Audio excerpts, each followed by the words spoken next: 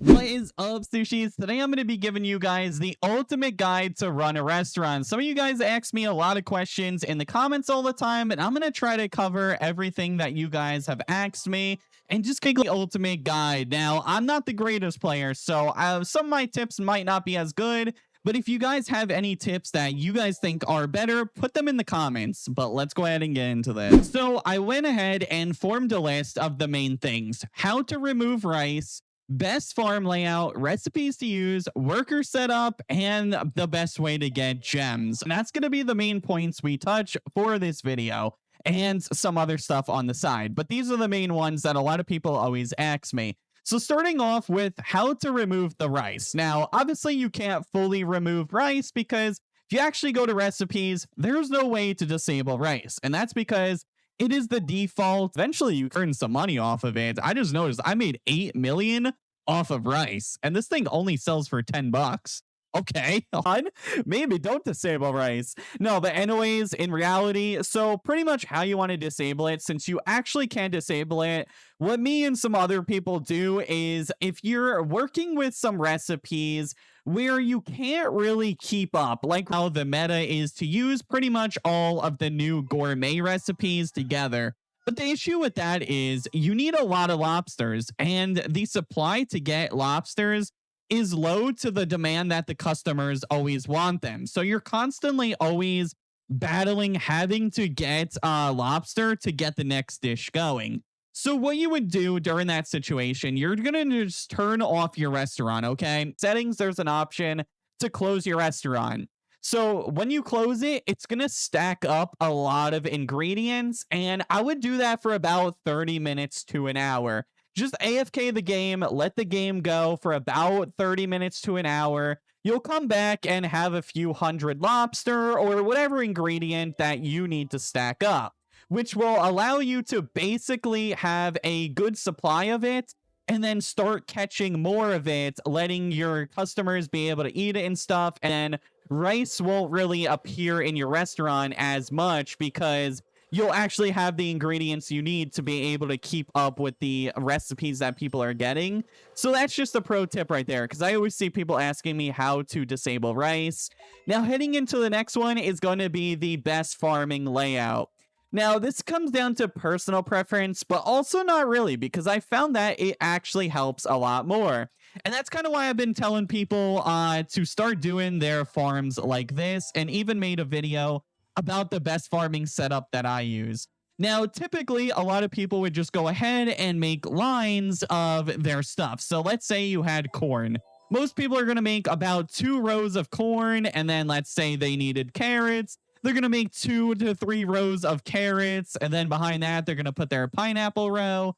And basically, that used to be good before the game got a lot of updates and a lot of new stuff added to it, because now, if you actually go into, what's it at? I think it's in here, and you go to skills, I'm pretty sure, and farming, there's a new scythe thing, right?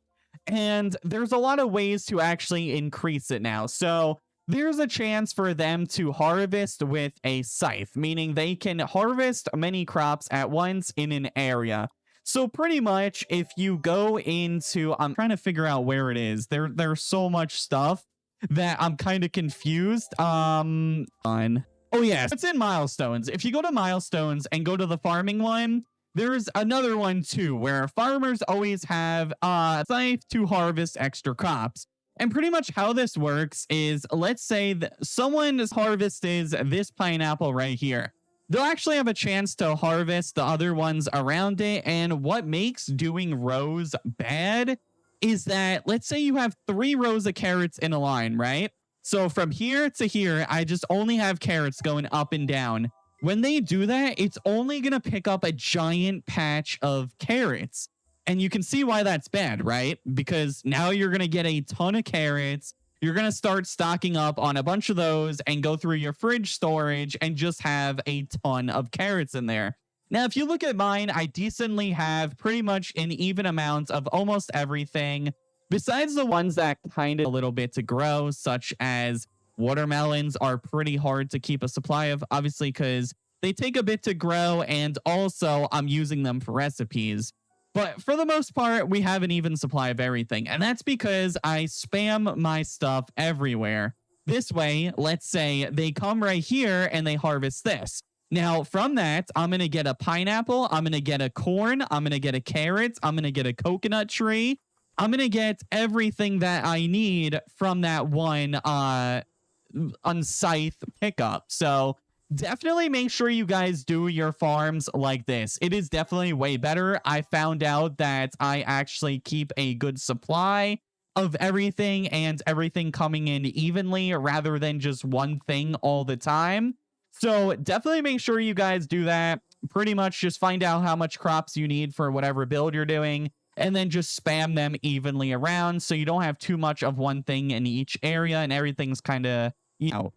Now, heading into the next tip is the best recipes to use. And right now, currently the best stuff to use in the game is going to be, well, it used to be pumpkin pie, and then it switched over to the tiramisu and truffle risotto, which are still pretty good. But currently right now, the best stuff to do is using every single one of the new gourmet foods, plus the secret one, minus the seafood risotto. So you're going to use the lobster dinner, which just requires lobster. You're going to skip the risotto.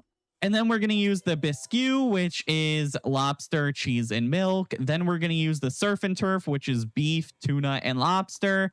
Then you're going to use the captain's platter, which is salmon, tuna, and lobster. And then finally, the secret, which is pretty much just every single new seafood in the game, plus truffles from the pigs.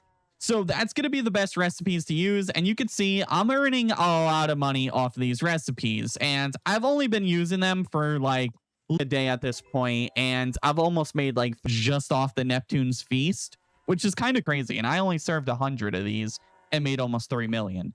So that's the new best recipes to use. I also throw on the watermelon juice plus the watermelon cooler, so that we're doing $110 there and then almost 300 here as well. So definitely make sure you guys are using those, or the tropical cooler. If you want to use that as well, you can. That one's pretty good. I think I might throw that one on too. I don't know why I have it disabled. Actually, wait, why do I have it disabled? I should have that on because I literally have 20,000 pineapples. I have literally 10,000 sugar and about 5,000 coconuts. I don't know why I have that off. But yeah, so watermelon tropical cooler and watermelon cooler, make sure you have all three of those on. And then heading into the next thing is going to be the workers setup. So I'm going to go through these, kind of show do for these, and then you guys can kind of copy which ones you should mainly focus on leveling up the most. So heading off into ranchers, you don't want to have all your ranchers on, okay? There's literally need to have every single rancher on. I only have 2 ranchers, and I fully max them as much as I can. So right now, I have Adam and Chris, both at level 9, because getting level 10 is just insanely expensive. It's literally 100 million. But, I mean, you get, but like, dude, 100 million? I only have 1 million. So, yeah. But anyways, try to get them to level 9 is reasonable. Level 8. And then pretty much just set them to what you have. You're going to set high priority, and then just make sure you set it to cow if you're using cows, whatever you're using, and the floor. So I have mine set to floor 1 with cow. And then my second one is set to floor 1, everything high priority, and then the pig, because that's the 2 animals I'm currently using. So yeah, pretty much that's what you're gonna do for ranchers. For fishermen, you actually can't do anything to these just yet. I don't know if you'll ever be able to. For farmers, try to get these leveled up as much as you can, because if, you know, it's not obvious, you have these leveled up, the faster you're going to be getting crops and the faster your entire farming situation is going to work. So that also depends too. So I have mine all on level 8 right now, minus having the pay to win one. I don't have that one. So if you have that one as well, that one's pretty good to get. And then pretty much what I do is, if you're doing the same farming setup I have, you'll have just enough workers to have 1 worker per. So I don't do anything special. I have them all pretty much on high priority, and the floor just set to whatever. And then the target crops, I just have 1, 2 carrots, and then corn again, and then coconuts. So this kind of all just depends on how you're running your farm, what recipes you're doing, and stuff like that. But you definitely want to make sure you're mainly focusing these and getting these as high up level as you can, because it's going to affect how good you have crops coming in, how fast you're getting crops, all that good stuff. Now, for cleaners, I only have these to level 7, and pretty much I have them just on high priority. I'm pretty sure for the most part. I don't really have them in any set stuff. I just have them all to drinking coffee and cleaning the dishes, because obviously if they're all drinking coffee and cleaning the dishes, everything is going as well as possible, because when they're drinking the coffee, they're faster. And obviously if I'm having a dish cleaner, I want them all to be cleaning. So you don't touch anything for those.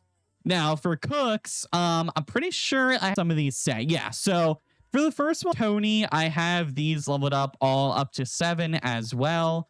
I have Tony as high priority. I have Phil Coffee off. And then I have Phil Ice Cream high priority, Phil Processor high priority. And then that's pretty much it. Now for the rest of them, I just pretty much have them all the same. I think I have them all the exact same. Now, I have this one set to floor 2 because I actually have some of them just mainly focusing these things. I forget what the food processor thing. I just have those there. So that's pretty much what I have set for these, okay? And then Daniel. I'm pretty sure just Daniel. Is Stephanie also? Yeah, I have just Daniel to storing the coffee, filling the coffee up, and the rest of them all have it off.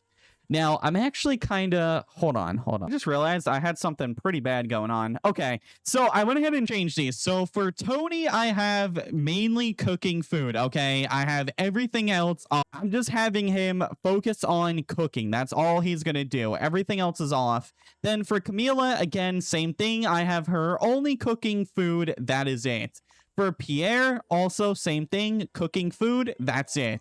And then Sydney, again, cooking food. That's it. They're all just going to sit there constantly cooking. Now, for Gordon, I went ahead and put cook food. And then we're also going to set to Phil Coffee, Phil Ice Cream, and Phil Processor to low priority, okay? We're going to have him be able to do that, but just on a lower priority. Then for the last two, if we go down to cooks and we go to Stephanie, we're going to have her on low priority for cooking because we already have enough cooks. And then we're going to have them on high priority for filling the coffee, ice cream, and processor.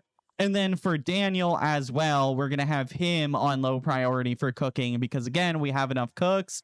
And then have him also set to just doing coffee, ice cream, and processor. This way we have two main people just fully working on only doing the refills and not so much cooking since we have enough cooks. And then we have also just a backup one that will kind of go around if be and help them stock. So that's pretty much what I have for the cooks. Now for waiters, I have these all level 7. I pretty much have everything to level 7 for now because it does take a little bit to grind, and I've kind of just been grinding them out. So for this, we have Connor at everything besides seating customers, okay? Now for Caroline, again, everything besides seating customers. Preston, we're going to have everything actually off and have him just be the person that serves so that we have someone at the spawn just kind of going ahead and eat customers back to back, okay? Everybody and serving them as fast as possible. Then again, we have Cam just going ahead doing everything, not seating anybody. Catherine, same thing. Sarah, same thing. And I'm pretty sure that's it. Oh yeah, and then we have same thing. So you're just gonna pick one of these people, have one of them fully just seat customers, so you always have someone just constantly bringing someone in, seating them down, and then the rest of the people focus on everything and don't worry about the seating. So that's the full guide to workers. There's probably a better guide, but that's what I found useful for what I do. And then finally for gems, there's not really a for this because you kind of just have to, if people want to buy stuff from your booth, but there actually is a little bit of a method to get a few little bits here and there every few days, in which I found. So if you actually head into the top of your screen, there is a daily login. Now, if you log in for the first 2 days, you'll get 75 gems. So if you log in for 2 days straight, you'll get 75 gems. Now, if you keep logging in until you get to about day 7, you'll get 125 gems. And then if you keep logging in till about day, like, I think it's like for 13, you get another 175 gems. Now, from there, you don't really get gems ever again all the way until day 30, which is a while. So what I usually do is I log in every single day up until I get about to that 12th to 13th day where you get the last amount of gems you can get, all the way until it takes a month. And I pretty much just don't log in the next day and let this reset and then just keep doing it again.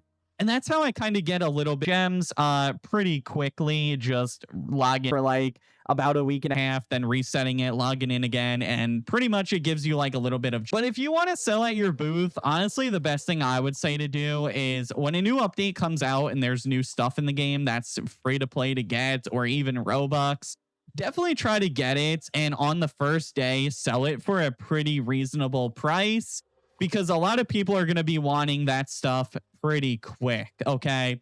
And also, if you selecting when things like the tiki tables and chairs come out, and these things are going to obviously get a bunch of value, AFK the game as much as you can with them on auto buy from your manager, and just literally stock up on them. Get like 100 of them and pretty much just sell them. Right now, I saw that these things are getting sold for like 200 to 300 or something like that. People have been selling them and buying them for.